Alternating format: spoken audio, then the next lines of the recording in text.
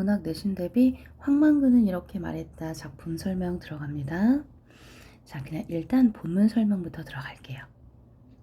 자, 제목이 황만근은 이렇게 말했다가 제목입니다. 황만근이라는 사람이 작품의 주인공이 될 거고요. 시점은 전지적 작가 시점입니다. 소설의 처음이 황만근이 없어졌다로 시작이 됩니다. 그러니까 주인공이 실종되면서 작품이 시작되기 때문에 독자들에게 굉장히 호기심을 불러일으키는 시작이 되겠죠. 새벽에 혼자 경운기를 타고 집을 나간 황만근은 들리를 나가면 돌아오는 시각인 저물녘에 돌아오지 않았다. 술을 마시고 취하더라도 12시가 들락말락한 밤이면 돌아왔는데 이번에는 아니었다. 평생 단 하루 외박한 뒤 돌아왔던 그 시각. 자, 평생 단 하루 외박한 뒤. 자, 황만근은 전에도 한번 외박을 한 적이 있었다라고 하는 디테일한 줄거리를 묻는 문제가 많이 출제됩니다. 회때에 닭의 울음이 그치는 아침이 되어도 돌아오지 않았다. 마을회관 앞에 황만근이 직접 심어놓은 등나무 덩굴 아래 직접 짠 평상에 사람들이 모였다. 먼저 입을 열었다. 자, 먼저 이장이 입을 열었어요. 자, 시간이 지나도 황만근이 돌아오지 않았습니다. 만근인지 반근인지 그 바보 자석 하나 때문에 소염을도 못하러 가고 이게 뭐라 20마리나 되는 소가 한꺼번에 밥 굽는 게 중요한가 바보 자석 하나가 어디 가서 술 처먹고 집에 안 오는 게 중요한가 썩으랄. 자, 이 장의 대사입니다. 이 작품은 누구의 대사인지 구별하면서 읽는 것도 상당히 중요합니다. 일단은 황만근의 이름이 만근인데요. 반근이라고 하는 건 2분의 1 그 뜻이고요. 이거는 그냥 말장난입니다. 이름을 가지고 말장난을 하면서 바보자식이라고 표현하고 있죠. 마을 사람들이 황만근이라는 인물을 어떻게 바라보고 있는지를 알 수 있습니다. 자, 지금 이 장은요, 황만근이 없어진 것보다 뭐가 중요하냐면 소가 밥을 굽는 게 더 중요하다라고 이야기를 하면서 황만근이 돌아오지 않는 이유를 술을 먹고 집에 오지 않는 것이라고 추측하고 있습니다. 거의 확신하고 있죠. 마을에서 연장자축에 들고 가장 학식이 높아서 해마다 한 번씩 지내는 용왕제의 축을 초하는 황재석 씨가 받았다. 자, 마을에서 나름 학식이 높아 지식인 축에 끼는 사람이에요. 자, 그 사람이 이렇게 이야기합니다. 그래도 진래 있던 사람이 없어지마 필시 연유가 있는기라 사람이 바늘이라 모래라 기양 없어지는 게 어디 있나 암만 그래도 우리 동네 사람 아니라 반근이 아니다 만근이 역에서 나서 사는 동안 한 분도 밖에서 안 들어온 적이 없는데 말이다. 자, 지금 황재석 씨는 그래도 황만근 씨가 없어진 것을 조금 걱정하고 있는 상황이네요. 그쵸? 자, 지금 작품에서 계속해서 사람들이 사투리, 즉 방언을 사용하고 있죠. 훨씬 더 사실감, 그 다음에 현장감을 높여주는 표현입니다. 아이시오 어르신, 가가 군대 간다 했을 때 여운지 토끼인지 하고 밤새도록 싸우느라 하루 안 들어왔심더. 자, 아까 이야기했던 바로 그 하루 안 들어온 사건입니다. 이 말은 용왕제에서 집사 역을 하는 황동수가 우스개처럼 말을 이었다. 자, 황동수의 말입니다.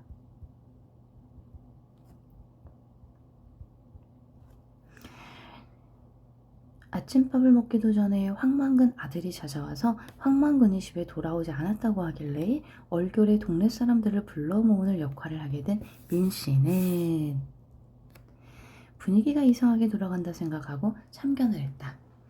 어제 걸기대회 한다고 간 사람 누구십니까? 황만근 씨하고 같이 간 사람은요. 걸기대회 하는 동안 본 사람 있나요? 자, 민 씨는 뭔가 걸기대회와 황만근 씨의 부재가 관련이 있다라고 생각을 하는 거죠. 그리고 이제 뒤에 나오겠지만 여기 등장하는 인물이 대부분 황 씨잖아요. 근데 이 사람은 민 씨예요. 자, 이 마을이 같은 성씨의 사람들이 모여 사는 집성촌입니다. 그런데 이곳에 민 씨라고 하는 다른 성씨를 갖고 있는 외부인이 들어와서 살게 되었습니다. 그래서 민 씨는 이 집성촌에 있는 마을 사람들과는 조금 다른 시선으로 황만근 씨를 생각하고 있어요. 자리에 모인 대여섯 명의 황씨들이 서로 얼굴을 마주보더니 모두 고개를 흔들었습니다. 자, 이 사람들 모두 말씀드렸던 것처럼 집성촌에 사는 황씨들이에요. 사람이라고 밍밍대나 군 전체 사람이 모여도 기 100명이 될라나 말라나 한데 반근이는 돼지고기 반근만 해서 그런지 안 보이더라까. 자, 이것도 이제 역시 말장난이죠. 언어 유희. 이장이 계속 빈정거리듯이 말을 해요.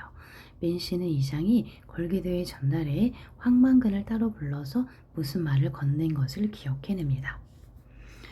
그제밤에 내일 걸기대회 한다고 사람들이 모였을 때 이장님이 황만근 씨한테 뭐라고 하셨죠? 모임 끝난 뒤에. 이장이 민 씨를 흘기듯이 노려보았습니다. 뭔가 이장이 찔리는 데가 있는 것 같아요. 왜 농민 보고 농민 걸기대회에 나오라 했는데 뭐가 잘못됐나? 민 씨는 자기도 모르게 따지는 어조가 되었다.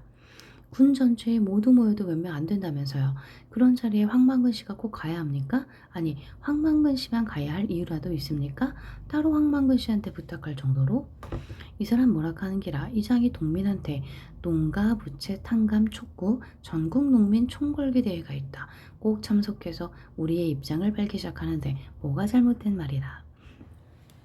걸기 대회의 목적이 농가에, 그러니까 농촌에 빚을 탕감해달라라고, 농촌에 빚이 많이 쌓였으니까 이 빚을 좀 없애달라라는 것을 나라에 요구하는 그런 걸기대회를 했던 것입니다. 잘못이라는 게 아니고요. 다른 사람들은 다 돌아왔는데 왜 황만근 씨만 못 돌아오고 있나 하는 겁니다. 내가 아나 읍에 가보니 장날이더라고. 보나마나 어디서 술 처먹고 주질러 앉았을기라. 백리길을 경운길을 끌고 갔으니 시간도 많이 걸릴 거고. 다른 사람들은 말이 없었고 민씨와 이장만 공을 주고받는 꼴이 되어버렸다. 글쎄 꼭 그 자리에 황만근 씨가 경운기를 끌고 갔어야 했단 말입니다. 그것도 고장난 경운기를. 자, 민 씨가 걱정하고 있는 건 이거 같아요. 황만근 씨의 경운기는 고장난 경운기인데 그걸 가지고 그 머나먼 길을 걸기대회를 참석하러 갔다. 이거 뭔가 무슨 일이 생긴 거 아닐까. 기운기를 끌고 오라는 게 내 말이라. 투쟁 방침이 그렇다 카이. 자, 투쟁 방침을 핑계로 대서 황만근 씨에게 이야기했다라고 하죠. 경운기도 그렇지 고장은 무슨 고장. 만근이가 그걸 하루 이틀 몰았나. 남들이 못 문다 뿐이지. 자, 남들은 못 모는데 황만근 씨만 몰 수 있는 상태면 고장난 게 맞죠. 그럼 이장님은 왜 경운기 안 타고 트럭 타고 가셨어요? 이장님부터 솔선수범해야지 다른 동맹들이 따라할 텐데 지금 거꾸로 됐습니까? 내가 민사무소에서 인원 점검하고 다른 이장들하고 의논도 해야 되고 얼마나 바쁜 사람인데 경운기를 타고 언제 가고 말고 자빠졌나? 다른 동네 이장들도 민수 앞에서 모이가지고 트럭 타고 가는 거를 진짜로 기운기를 끌고 갔으마 군대회 늦어도 한참 늦었지. 군청에 갔는데 비가 와가지고 온 사람도 몇 없더만. 황방근 씨는 비가 오는 와중에도 고장난 경운기를 타고 군청까지 갔겠구나라는 것을 이해할 수 있죠.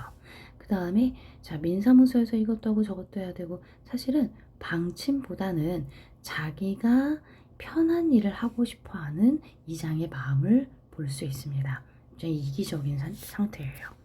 그래서 이 사람들은 굉장히 이기적인 인물이다. 자기는 트럭 타고 갔으면서 황만근 씨만 경기를 타고 가라고 한다.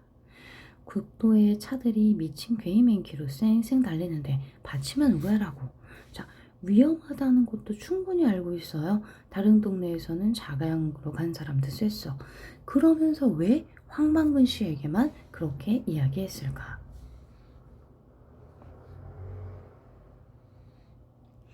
그러니까 국도를 갈 때는 여러 사람이 한꺼번에 경기를 여러 대 끌고 가자는 거였지 않습니까? 방침은 그거였잖아요. 시위도 하고 의지도 보여준다면서요.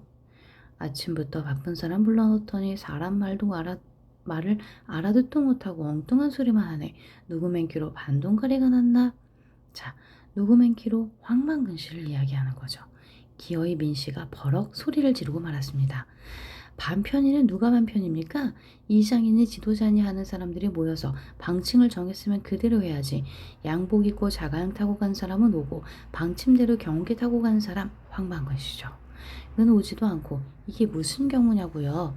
약속을 지킨 사람은 손해를 보고 약속 빠르게 행동한 사람만 지금 제대로 돌아왔잖아요. 하고 민 씨가 화를 내고 있습니다.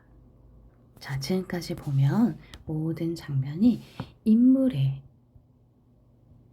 대화를 중심으로 전개되고 있다는 걸 알 수 있죠?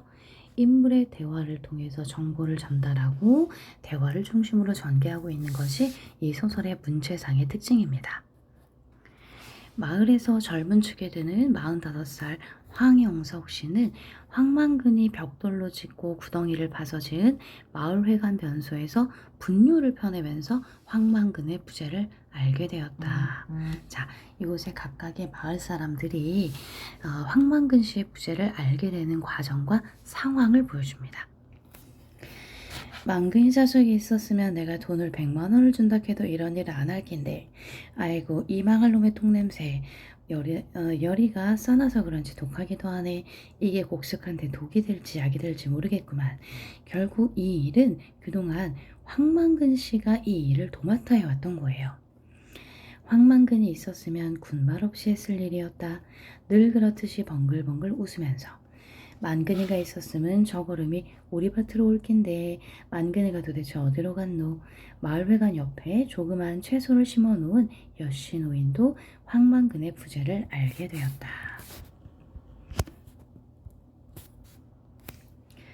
황만근은 마을 공통 분뇨를 역시 자신이 판 마을 공통 분뇨장으로 가져가서 충분히 익힌 뒤에 공평하게 나누어 주었다. 황양석 씨처럼 제가 팠다고 바로 제 밭에 갖다 뿌리지는 않았다.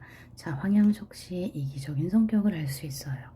특히 여씨 노인처럼 일찍 남편을 잃고 혼자 몸이 된 노인에게는 알고 그러는지 모르고 그러는지 더 자주 걸음을 가져다 주었다.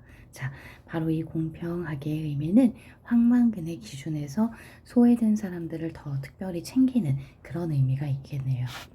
만근이한테 물어보자. 아이들은 소꿉장난을 하다가 황만근의 부재를 알게 됐습니다. 공평무사한 것이 황만근의 평생의 처사였다. 그에게는 판단 능력이 없는 듯 했지만 시비를 물으러 가면 가노라면 언제나 공평무사한 자연의 입법에 대해 깨우치게 되고 분쟁은 종식되었다. 또는 물어보나 마나 당연한 일을 두고 황만근을 들먹였다. 만근이도 알기다. 또한 동네에 오래도록 내려오는 노래 구태여 제목을 붙이자면 황만근가를 자기도 모르게 중얼거리게 되면서 사람들인 황만근이 없다는 사실을 알게 되었다.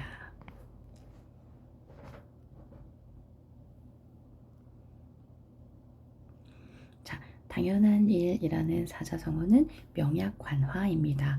불을 보듯 뻔하다 라는 뜻이에요. 황만근과 황만근의 노래, 아니 황만근에 관한 노래는 이렇게 부른다. 먼저 황하고 단호하게 크게 소리쳐서 주의를 끈 다음 한 박자 쉰 다음에 만근하고 두 박자 느리게 부른다. 이어서 100번, 10번, 10근, 8분, 2마리 하고 빠르게 센다. 마지막으로 반근 하고 느긋하게 마친다. 이 노래는 황만근의 일생이 들어있는 모든 노래가 그렇다시피 노래를 부르는 사람들에 대해 사람들의 대체 경험과 정서가 녹아있다. 황만근가는 황만근의 우스꽝스러운 말투를 통해서 그의 모습을 해학적으로 표현하고 있는 것을 이야기한다 라고 설명되어 있습니다. 황은 성을 말하고 신대일리 황씨들이 50여호 모여 사는 집성촌이에요. 2년 전에 기농한 민씨 같은 타성바지는 황씨 집안의 대를 사이로 들어온 노씨를 포함해 전체 2가구밖에 되지 않습니다. 신대의 세터는 이름이 암시하듯 새로 생긴 마을이에요. 황만근의 부친은 전쟁 중에 죽었고 그의 어머니는 그때 이미 그를 베고 있었는데 남편을 여의고 황만근을 낳은 까닭에 황녀를 따서 이름을 지을 사람이 없어서 집에서 우러러 보이는 산 만근산에서 이름을 받았어요. 황만근 이름의 유래네요. 만근산은 신대 1, 2에서 3리까지 띠 모양으로 둘러싸이는 천곡지를 병풍처럼 에워싸서 물을 가두고 물을 내주는 역할을 하고 있어요. 만근산의 천곡이라는 이름의 계곡을 막아 저수지를 만들고 계곡에 흩어져 있는 사람들을 모아 한 곳에 살게 한 게 신대리예요. 이름만 해도 황만근이라는 이름이 곧 동네의 뿌리를 상징하는 이름임을 알 수 있습니다. 황만근의 역할이 마치 사람들에겐 없어서는 안 된 존재다라는 걸 나타내는 이름의 유래였습니다. 자, 이 부분은요, 황만근의 이름의 유래에 대해서 과거 사건까지 전부 다 요약적으로 제시하고 있고요. 서술자의 말을 통해서 당연히 제시되는 장면입니다. 그러므로 이게 전지적 작가 시점의 특징을 두드러지게 보여주고 있죠. 서술자가 마을뿐만 아니라 마을의 모든 사정과 주인공에 관련된 모든 일들을 다 알고 있다는 점에서 전지적 작가 시점의 특징이 드러납니다. 황만근의 어머니와 아들 조소는 입맛이 까다로워 황만근의 어머니 그리고 황만근의 아들은 입맛이 까다로워 비린 반찬이 없으면 먹지를 않는가 하면 비린 반찬이 있으면 박상머리에서 돌아앉았다. 입맛이 너무 달라요. 한 끼에 2번 상을 차리는 일이 예사였다. 어머니 한 상, 아들 한 상이었고 본인은 상이 없이 먹었다. 황만근은 하루 일이 끝나면 반드시 경운기에 고기를 매달고 집으로 돌아왔다. 일을 하는 동안 논 주변에서 잡은 붕어나 메기, 미꾸라지, 메뚜기, 방앗개비라도 집에 끼어 들어왔다. 동네에서 이따금 잡는 소나 돼지, 개, 닭, 오리 같은 가축들은 모두 숨을 걷는 것에서부터 내장을 손질하고 뼈에서 살을 발라내는 포정의 업까지 황만근이 반드시 필요했다. 스스로의 필요에 의해 오래도록 자주 하다 보니 어느새 전문가가 된 것이다. 그는 그런 일을 해주고 얻어온 고기를 뜨고 굽고 찌고 데치고 삶고 끓이는 데에도 이골이 났다. 어쩌다 그가 만든 음식에 숟가락을 대본 사람은 이구동성으로 감탄을 하게 마련이다. 그러고 나서는 남녀노소를 막론하고 희한할세 바보가 하는 말을 덧붙이는 것을 잊지 않았다. 사람들이 황만근에 대한 편견을 가지고 있다라고 하는 걸 알 수 있죠. 그는 만들어져 있는 조미료를 몰랐지만 재료가 가지고 있는 맛을 흠뻑 우려내 조화를 시킬 줄 알았다. 아들과 어머니를 지극정성으로 챙기고 요리 솜씨도 아주 뛰어난 인물이었습니다.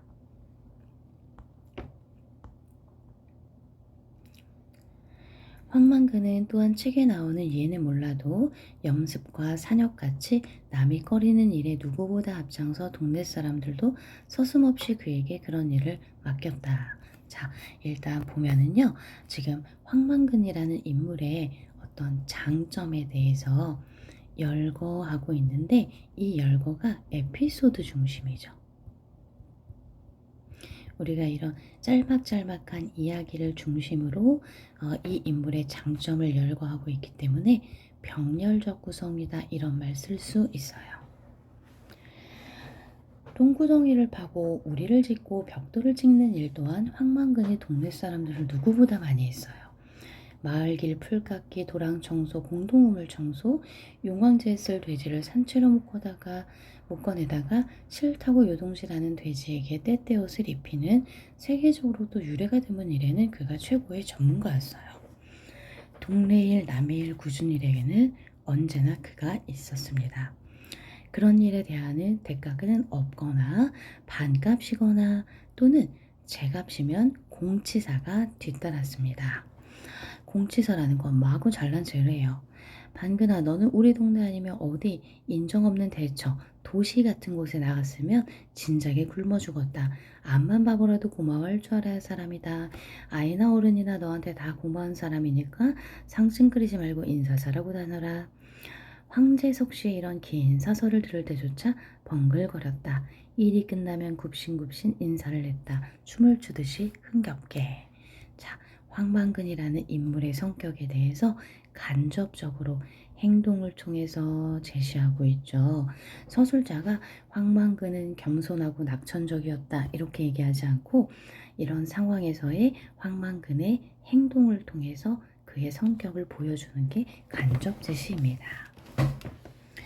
그의 집에는 그가 수십 년 동안 만져온 연장이 아니면 그가 아니면 이해할 수 없는 순서로 잘 정리되어 있었다. 연장 역시 그의 집이나 어머니나 아들과 마찬가지로 그가 매일 돌보는 덕분에 윤기가 흘렀다. 그의 집에 있는 모든 것을 일목요연하게 잘 알고 있어 대부분은 고장은 스스로 고쳤다. 경운기는 초기에 나온 모델로 부품도 제대로 없는 고물 중의 고물이지만 자주 망가지는 수레만 10번 넘게 갈았을 뿐 엔진이 달려있는 앞부분은 계속 고쳤었다. 그의 경기는 구식인데다 고친 데가 많아 그가 아니면 운전은커녕 시동조차 걸 수 없었다. 굉장히 꼼꼼하고 손재주가 많은 인물이다 라고 하는 걸 알 수 있죠.